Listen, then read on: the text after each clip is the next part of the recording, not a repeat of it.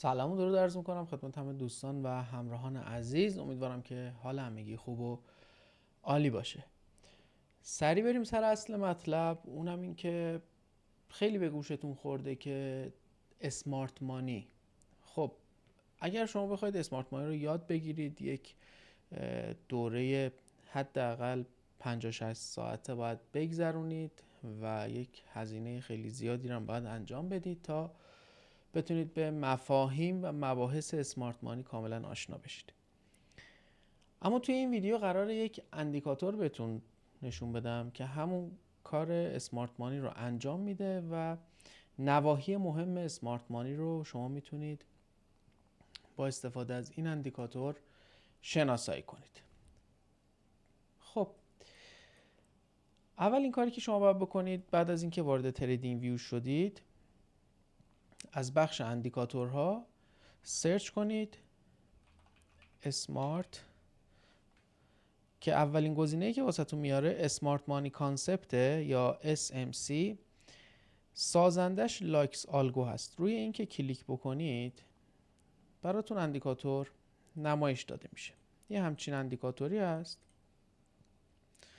که بهتون میگه که شکست ها کجا اتفاق افتاده، شکست های مهم کجاست، کجا تغییر جهت ها و تغییر روند ها صورت گرفته و نواحی مهمی که اهمیت داره برای معامله‌گران رو بهتون نشون میده. قبل از این که اصلا بخوایم بریم و اندیکاتور رو بهتون آموزش بدم، شما اولین کاری که باید بکنید اینه که یاد بگیرید اصلا اسمارت مانی به چه معناست. اسمارت مانی یا پول هوشمند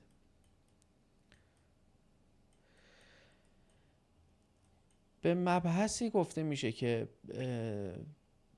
شرکت ها مثلا و ارگان های خیلی بزرگ زمانی که یک پول درشتی رو وارد بازار میکنن، این پول درشت $100,000 $1,000,000 و اینا نیست، بالای مثلا 100 میلیون دلار، 200 میلیون دلار یا حتی به میلیارد دلار هم میرسه. مثلا یک معامله چند صد میلیون دلاری توی این ناحیه یهو باز میشه و قیمت به سمت پایین ریزش میکنه. خب شما از کجا باید بدونید که این پول کی وارد بازار میشه که بخواید پشت دست این افراد معامله بکنید؟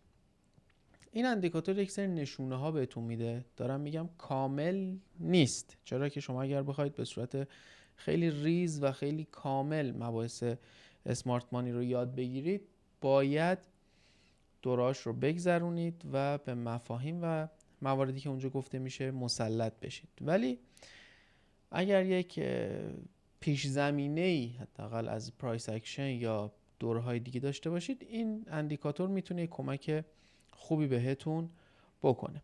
بر فرض مثال شما یک ناحیه میخوای مشخص کنی که روی این ناحیه معامله ای انجام بدیم، مثلا معامله شورت. خب اینجا ما یه ناحیه داریم، یه ناحیه ممکنه اینجا داشته باشیم، یک ناحیه ممکنه اینجا داشته باشیم. خب از کجا باید بدونیم که اینجا معامله کنیم یا اینجا معامله کنیم یا اصلا اینجا معامله کنیم؟ معامله شورت رو ما چه زمانی میگیریم؟ زمانی که روند بازار به سمت پایینه. خب حالا قبلش یه روند به سمت بالا داشتیم. زمانی که آخرین کف روند صعودی ما شکسته میشه، یه اصطلاحی داریم به نام CHOCH که با چاک اسمشو میگیم CHOCH. زمانی که آخرین سقف یا آخرین کف یک روند شکسته میشه، ما از این اصطلاح استفاده میکنیم. حالا اینجا یک کفی زده میشه، میاد دوباره کفای پایین تر زده میشه. زمانی که توی اون تغییر روند، یعنی بعد از اون تغییر روند کفهای بعدی ما شکسته میشه، ما یه اصطلاح دیگه داریم بهش میگیم BOS یا باس. خب خیلیاتون ممکنه که اصلا ندونید اسمارت مانی چیه، اصلا خیلیاتون ممکنه که متوجه نشید که اصلا این شکست ها رو چجوری باید در نظر بگیرید، کجا باید در نظر بگیرید، اصلا کی تغییر روند صورت میگیره و اینها.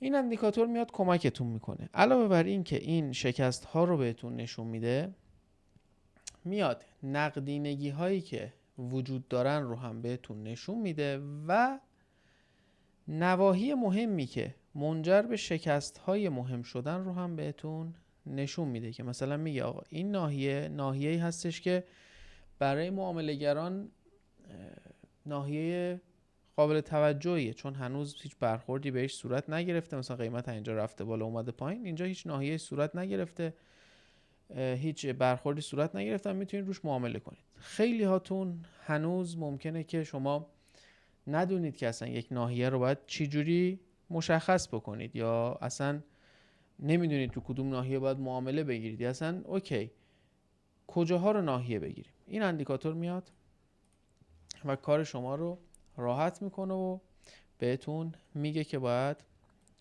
کجا چی کار کنید. بر فرض مثال این اندیکاتور رو که بندازید روی چارت، مثلا تایم فریم ما بکنم 1 ساعته و تنظیماتش رو هم میتونید از اینجا تنظیم بکنید. تنظیم خاصی نداره، شما فقط همین چیزایی که به صورت دیفالت وجود داره بذارید بمونه و توی این بخش هم بهتون میگه که مثلا میخواید نواحی رو بهتون نشون بدم، میخواید مثلا لیبل هایی که روی شکست ها میخوره رو ببینید، یا حتی میخواید خط ها باشه یا نباشه رو بهتون نشون میده.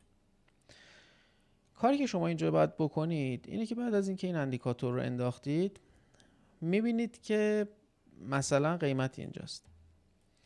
نواحی سر راه قیمت که برای معامله‌گران مهمه کجاست؟ خب بچه‌ها نگاه کنید، اگر شما بخواید خودتون ناحیه بکشید، اینجا ناحیه میشه، اینجا ناحیه میشه، همین جایی که خود این اندیکاتور مشخص کردم میشه به عنوان ناحیه.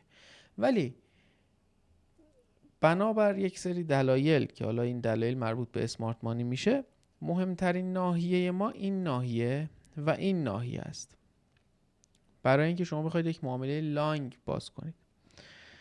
چرا؟ مثلا روند ما اینجا به سمت پایین بوده، داره میره بالا. اینجا ببینید عبارت چاک نوشته شده، یعنی اینجا ما یک تغییر روند داریم. پس قیمت میتونه بیاد اینجا این ناحیه رو ببینه، اوردرها رو برداره، از اینجا دوباره به سمت بالا حرکت کنه تا این روند صعودیش رو از سر بگیره، چون اینجا تغییر روند ما داشتیم. اگر که اینجا رو نگاه کنید، ما یک روند نزولی به سمت پایین داشتیم. مهمترین نواحی رو اینجا از قبل برای شما مشخص کرده. شما راحت میتونید بگید خب من روی این ناحیه میخوام معامله بگیرم. میبینید که نتیجه معامله به چه صورتی بوده.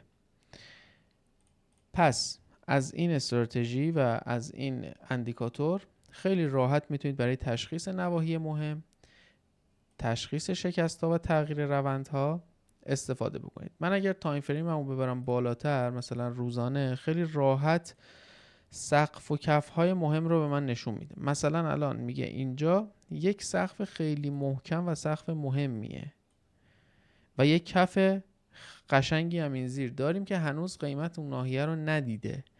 پس اگر این سقف شکسته نشه میتونه قیمت تا این ناحیه حداقل ریزش داشته باشه.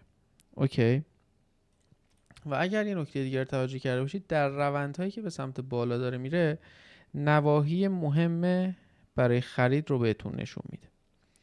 برگردیم یه تایم فریم پایینتر. یه توضیح بود در رابطه با سقف و کف‌هایی که لازم دونستم بهتون بگم. الان اینجا رو نگاه کنید، ما یه ناحیه اینجا داریم، قیمت از اینجا به سمت بالا حرکت کرده، هنوز به ناحیه مقاومتی خودش نرسیده و میتونه این ناحیه رو ببینه، تا نزدیکیاش رفته با یه فشار فروشی همراه بوده. پس وقتی که قیمت به این ناحیه برخورد کنه و تریگر ورود ببینم، اگر نمیدونید تریگر ورود چیه و چجوری باید ازش استفاده کنید، ویدیوی مربوط به تریگر ورود رو میتونید داخل چنل ببینید و بهتون میگه که چجوری باید برای معامله هاتون و ورود به معامله هاتون تایید بگیرید. مثلا اینجا وارد میشید به تارگت این ناحیه یا این ناحیه. خب حالا اگر این دو تا ناحیه عمل کنه که خب قیمت مجدد برمیگرده، شما مجدد عرض میکنم با استفاده از تریگر ورود میتونید وارد معامله لانگ بشید. اگر که شکسته بشه، بهتون داره میگه که تارگت بعدیتون میتونه این ناحیه باشه، چون تا این ناحیه هیچی سر راه قیمت نیست. حالا اگه خودتون شما بخواید این ناحیه رو مشخص کنید، نمیدونید که باید اینجوری ناحیه رو مشخص کنید، نمیدونید باید این کف رو بگیرید، این سقف رو بگیرید، نمیدونید باید فقط بادی کندل رو بگیرید یا شادوی کندل رو بگیرید.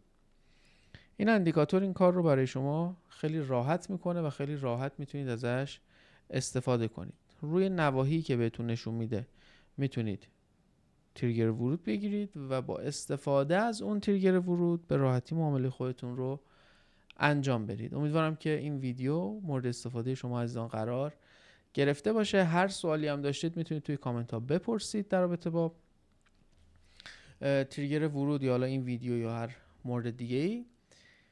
موفق و مؤید باشید. روز خوش.